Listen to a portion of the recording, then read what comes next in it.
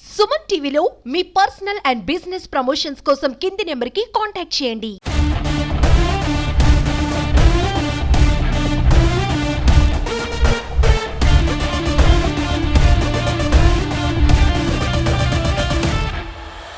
Welcome to Suman TV. Chandrababu Naidu చూస్తే మీకేమనిపిస్తుందో నిజంగా ఈ వీడియో మొత్తం చూసి ఖచ్చితంగా కామెంట్ చేయండి.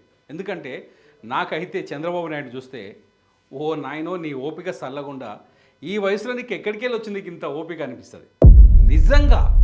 నిజంగా గడిచిన 3 రోజులుగా మేము సుమన్ టీవీ నుంచి న్యూస్ కవర్ చేస్తున్నాం.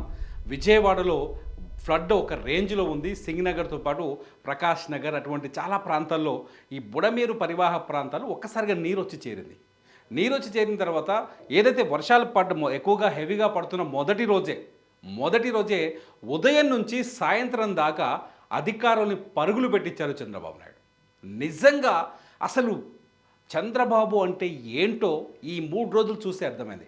ప్రజలంటే ఆయనకు అంత శ్రద్ధ, పరిపాలన అంటే ఆయనకు అంత శ్రద్ధ, జనం సమస్యలంటే ఆయనకు అంత శ్రద్ధ చాలా స్పష్టంగా కనిపించింది 3 రోజులు. నాకైతే కనిపించింది. మీకేమనిపించిందో కామెంట్ చేయండి. నిజంగా ఏంటంటే విజయవాడ మునిగిపోతే ఎవరైనా ఏ ముఖ్యమంత్రి అయినా చూద్దాం. రాష్ట్రంలో చాలా మంది ముఖ్యమంత్రులను చూసాం. ఉమ్మడి ఆంధ్రప్రదేశ్లో అనేక మంది ముఖ్యమంత్రులను చూసాం.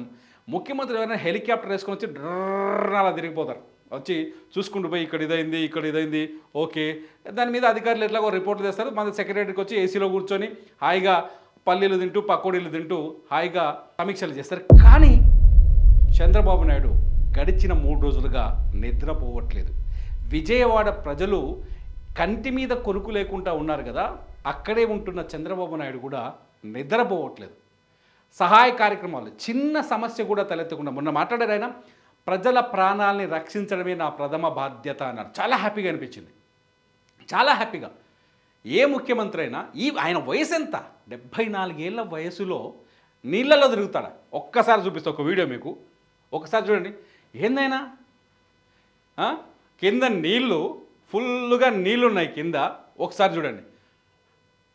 జనానికి భరోసా ఇచ్చే ప్రయత్నం చేస్తున్నారు. ప్రొక్లైనర్ ఎక్కి వీధుల్లో తిరుగుతూ జనానికి భరోసా ఇచ్చే ప్రయత్నం చేస్తారు. నేనున్నాను, మీరేం టెన్షన్ పడకండి.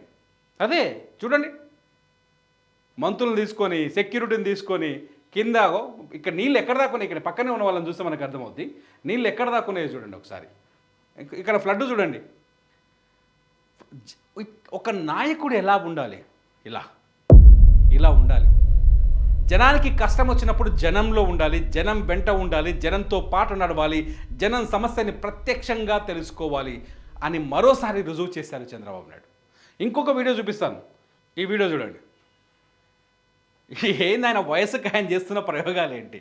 సాధారణంగా వర్షం వస్తే ఈ వయసులో దాదాపు ఇంట్లో కూర్చుంటారు, సేఫ్ జోన్లో ఉంటారు, ఎందుకు వచ్చిన గోల్ అంటుంటారు. మంత్రి నారాయణతో కలిసి పడవలో ఎక్కడైతే ఇది సింగనగర్ ఏరియా, అంతకు ముందు రోజు నైట్ అంతా నిద్రపోకుండానే ఉన్నారు. నిన్నగాక మొన్న నైట్ అంతా నిద్రపోకుండా రాత్రి 10 గంటల నుంచి ఉదయం 4:19 వరకు నిద్రపోకుండానే ఎక్కడెక్కడైతే నీళ్ళు వస్తున్న ఏరియాలో ఆయన నడుస్తూ అధికారులను పరిగెత్తిస్తూ సహాయ కార్యక్రమాలు వేగవంతం చేశారు. మర్నాడు ఉదయమే 4 గంటలకు వచ్చి పడుకున్నాడు కలెక్టరేట్లోనే ఉండిపోయాడు. నైట్ అంతా కాస్త రెస్ట్ తీసుకున్నారు. మళ్ళీ ఉదయం 6 గంటలకే వచ్చేసారు చూడండి జనంలో.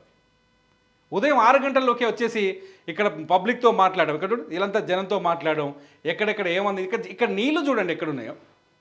ఇక్కడ నడుములోతు నీళ్ళు ఉన్నాయి. ఒక్కొక్కరికి నడుములోతు నీళ్ళలో పడ వేసుకొని మళ్ళీ జనంలోకి వెళ్ళిపోయి. ఇంత సాహసం ఎవరైనా చేస్తారా? ఏంటిది? ఆయన చూస్తే ఆశ్చర్యం వేయట్లేదా?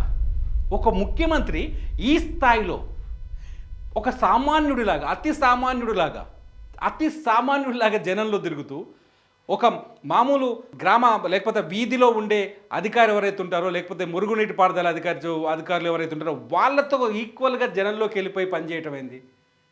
ఎంత గ్రేట్! ముఖ్యమంత్రి అంతే పనిచేశాడు, ఆ ఊళ్ళో ఉండే గ్రామ కార్యదర్శి అంతే పనిచేశాడు, లేకపోతే కార్పొరేషన్ ఏరియాలో ఉండే ఆ వీధి అధికారి అంతే పనిచేశాడు. ఒక ముఖ్యమంత్రి ఈ స్థాయిలో విజయవాడ నగరంలో వచ్చిన ఫ్లడ్ని చూసి అక్కడి ప్రజల్ని ఆదుకోవడానికి ఈ స్థాయిలో ప్రయోగం చేయడం అయితే నేనైతే ఆశ్చర్యపోతున్నా. అసలు ఆ వీడియోలు చూస్తుంటేనే మైండ్ బ్లోయింగ్. ఇగో ఈ వీడియో చూడండి ఒకసారి. ఇది నైటు నిన్న 4వ తేదీ కదా, 2వ తేదీ రాత్రి 1వ తేదీ రాత్రి నుంచి 2వ తేదీ ఉదయం తెల్లవారుజాము వరకు నైట్ ఎలా తిరుగుతున్నారో చూడండి.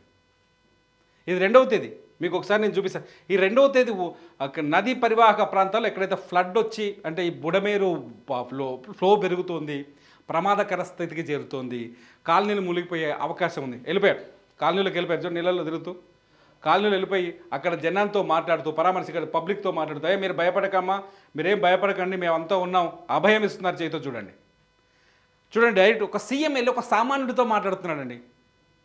ఎంత గొప్పగా ఆలోచించారు ఆయన. నిజంగా విజయవాడని ఇలా దోసిట్లో పెట్టుకొని కాపాడారు. కొన్ని ప్రమాదకర పరిస్థితులు వేరే చోట ఉండొచ్చు, కానీ విజయవాడలో ఇళ్లలోకి నీళ్ళు రావచ్చు, నష్టపోవచ్చు, లోతట్టు ప్రాంతాలు కావచ్చు, కానీ ఒక్కరికి కూడా ఒక్క ప్రాణ నష్టం కూడా జరగకుండా చూశాడు. That is Chandrababu Naidu. 1996లో 95లో ఆయన మొట్టమొదటిసారి ముఖ్యమంత్రి ఉన్నప్పుడు ఒక పవర్ఫుల్ వ్యక్తిగా కనిపించేవాడు. అప్పుడు నేను చదువుకుంటాను, 10th క్లాస్ చదువుతున్నాను ఆ టైం, నాకు తెలిసి. ఒక పవర్ఫుల్ సీఎంగా కనిపించారు. అటువంటి పవర్ఫుల్ సీఎం మళ్ళీ ఇప్పుడు కనిపిస్తున్నారు. అంతే పవర్, అదే కరిష్మా, అదే దమ్ము, అదే శక్తి ఇవాళ చంద్రబాబులో కనిపిస్తోంది. నిజంగా చాలా గ్రేట్ కదా. మీరేమంటారు? చంద్రబాబు పనితీరు పైన మీరేమంటారు? నేనైతే ఆయనకు ఒకసారి హ్యాట్సప్ చెప్పాలనుకుంటున్నాను, చాలా గ్రేట్ అనుకుంటున్నాను. ఎందుకంటే రాత్రి నిద్రపోకుండా ఆ వయసులో పనిచేసే వాళ్ళు ఎవరున్నారు గురు?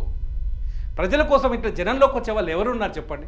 అధికారం వచ్చిందంటే బుల్లెట్ ప్రూఫ్ కార్లలో తిరిగిపోయి ఏసీ రూములో ఉండేవాళ్ళు ఉన్నారు, కానీ అధికారం వచ్చిన తర్వాత ఒక సామాన్యుల జనంలోకి వచ్చి మాట్లాడే ముఖ్యమంత్రి ఎవరైనా ఉన్నారా? మీరేమంటారు చెప్పండి? కామెంట్ చేయండి. చంద్రబాబు నాయుడు విజయవాడకు చేస్తున్న సేవ పైన కామెంట్ చేయండి.